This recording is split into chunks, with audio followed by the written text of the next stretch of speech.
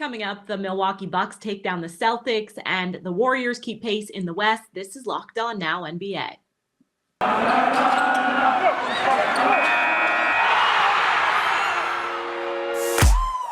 The biggest games, the best performances, expert analysis. You are Locked On Now.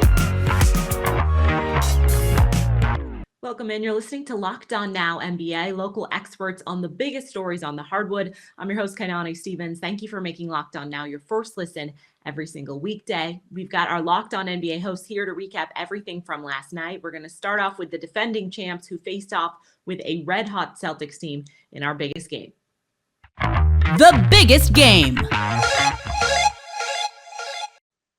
The Celtics have really been on a roll for months now, but playing without Jason Tatum was just a little bit too much to overcome against the Milwaukee Bucks. Giannis and company got the win at home. Locked On Celtics takes you through the game. Hey there, John Corrales here from the Locked On Celtics podcast after Boston's 127-121 loss to the Milwaukee Bucks. They were without Al Horford. They were without Jason Tatum. No Robert Williams, obviously still. It was up to Marcus Smart, Jaylen Brown, and they played Sam Hauser. They played Luke Cornett in this game. A lot of these guys who don't normally get minutes were pressed into service, and the Celtics had a fourth quarter lead. They actually had a chance to win this game. A little too much from Giannis down the stretch, too sloppy down the stretch from the Celtics. Turnovers cost them. Jaylen Brown did kind of have a rough final couple of minutes, but when Milwaukee turns up the heat and he was really the only option, it was a little tough for him. It's a bit of an unfair spot. Overall, 22 points, 11 assists, 10 rebounds, a triple-double, his second career triple-double. Marcus Smart was 7 of 12 from 3 for 29 points, and he had 7 assists. Daniel Tice with one of his best games ever, 22 points, 5 rebounds, 3 assists for him. He blew a bunny that in the final 30 seconds that could have cut the lead down to 2. But again, we're not looking at this as, oh, the Celtics blew this game. This was a valiant effort from the Celtics. It's not a moral victory. It's just a nice win, a nice effort in a loss here for the Celtics. All season long, I had been saying when the Celtics are not whole, they are terrible. And they were very much not whole in this game. And they had a chance to beat the Milwaukee Bucks at Milwaukee. So I'm looking at this as a positive. I see these guys out there fighting. That gives me hope for the playoffs, that even though they turned the season around, there's still some questions about, hey, which Celtics, this is nice that they won the 50 games. They're a good team, but there's still that early season just kind of hanging over their heads. So this kind of fight, this kind of effort just shows how much this team has bought into Ime Udoka, how connected they are. And look, they gave Milwaukee a scare. It looks like now after Philly's loss, the Celtics are in line for a potential 3rd seed, which might actually be the sweet spot in the East. So I'll talk about all of that on the Locked On Celtics podcast. So make sure you're subscribed. Watch the show on YouTube. The Orlando Magic fall in pretty much a pointless game for them at this point, while the Hornets used the win to secure their first winning season since 2015-2016. Locked On Magic has more postgame. This is Philip Rossreich, the host of Locked On Magic. There is just one more game to go for the Orlando Magic as they fall to the Charlotte Hornets 128-101. That's what this game is. Mo Bamba left the game early with a sprained ankle. Jalen Suggs, Marco Fultz on minute restrictions. Jalen Suggs appeared to tweak something, probably his ankle as well, in the first quarter. Really, the only positive takeaway is that the Magic did play well when Marco Fultz was on the floor. They were ahead before their starters cycled out of the game in the first quarter. And that's all I got, because this was a very meaningless game for the Magic and a game that meant a lot to Charlotte. Charlotte played it. Orlando didn't put up a lot of resistance, and we got one more of these things to go before we hit the required 82 games for the season.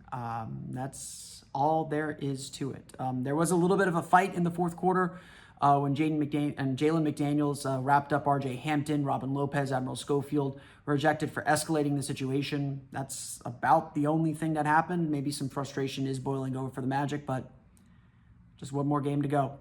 One more game to go. Well, a lot more coming up on Locked On Magic later on. Until then, this has been Philip Rossman-Wright.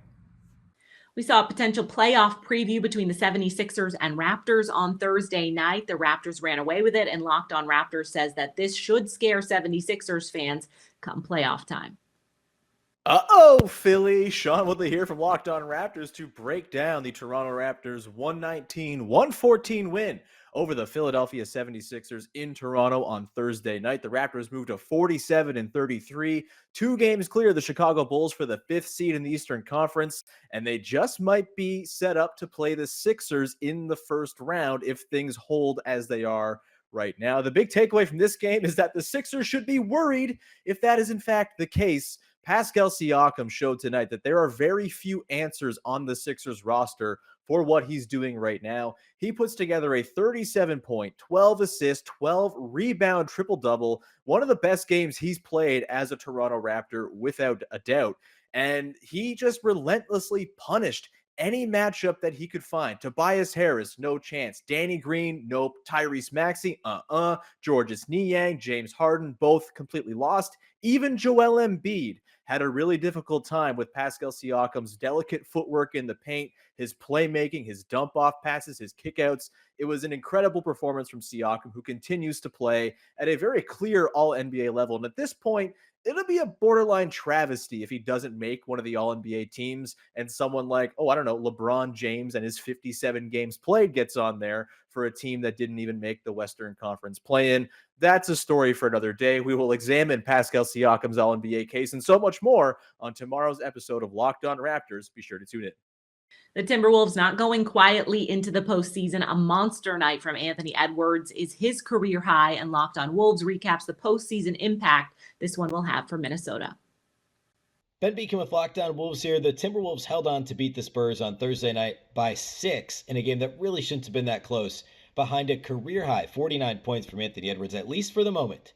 The Timberwolves are clinging to hope of the 6th seed in the Western Conference. Denver is leading Memphis late.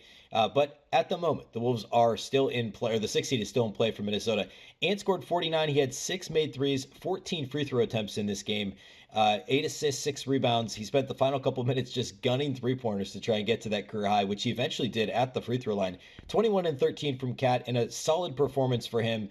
But foul trouble again, some questionable officiating, and a lot of complaints from the Timberwolves on the way that Towns was officiated. D'Angelo Russell missed the game with hamstring soreness. So this was all about Ant and Cat, and they did not disappoint. The Timberwolves' half-court defense was solid, even though they gave up 121 points. We're going to break down what the issues were in this game, but also celebrate Anthony Edwards' career-high night here at Locked On Wolves. Make sure you subscribe to Locked On Wolves for all things Timberwolves. The Lakers have nothing left to play for after being eliminated from the postseason earlier this week, and it definitely showed last night. Locked On Lakers has the postmortem. Hey everyone, this is Brian Kamenetsky, co-host of Locked On Lakers. The Lakers continue to lose, even though they're already eliminated from the playoffs. 128-112, the final score up in San Francisco against the Warriors. The Lakers, no LeBron, no Anthony Davis, no Russell Westbrook, no Carmelo Anthony. They play an energetic game, down a lot of talent.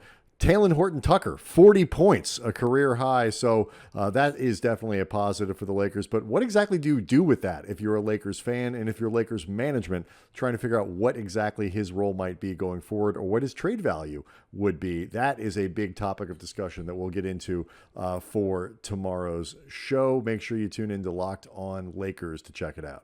The Warriors took advantage and helped improve their playoff positioning against the Lakers team that didn't have much to play for. Locked On Warriors breaks down the win and the postseason implications. Cyrus Sotz is here with your Locked On Now Warriors recap. The Golden State Warriors played their last home game of the regular season at Chase Center against the downtrodden Los Angeles Lakers, who were without their 3 biggest stars in LeBron James, Russell Westbrook, and Anthony Davis. The Warriors were down 81-78 halfway through the third quarter before an Andrew Wiggins 3 started a 50-31 run that resulted in a 128-112 victory for the Warriors. They had 6 players in double figures, led by Klay Thompson, who scored 33 points on 12 of 22 shooting, including 6 of 10 from 3. Klay starting to look like his old self, playing, in my opinion, his best defense of the year tonight, while looking solid offensively. Jordan Poole's streak of 20-plus point games was snapped tonight. Poole finished the game with 19 points, but again, the streak ends at 17 games. Poole, meanwhile, continuing to make his case for the most improved player award. With the win, the Warriors improved to 51-29 on the year, maintaining a 1-game lead over the Dallas Mavericks for the 3 seed. With just 2 games left to play, the Warriors finished the season on the road Saturday at San Antonio before finishing the season Sunday at New Orleans before playoff preparations formally begin. If the season ended today, the Warriors would play the 6th seeded Denver Nuggets, who are a game back of the Utah Jazz in the loss column. I'm breaking all of this down on tomorrow's Locked On Warriors with Hall of Famer and Warriors legend Rick Barry joining me. Follow me, Cyrus Sotz, is on Twitter at DogSurfRoadshow, and this program on Twitter at Locked On Dubs. That's going to do it for this edition of Locked On Now NBA. Thank you for making Locked On Now your first listen every single weekday. Make sure you check out Locked On NBA and your team's Locked On podcast. I'm Kainani Stevens. This has been Locked On Now.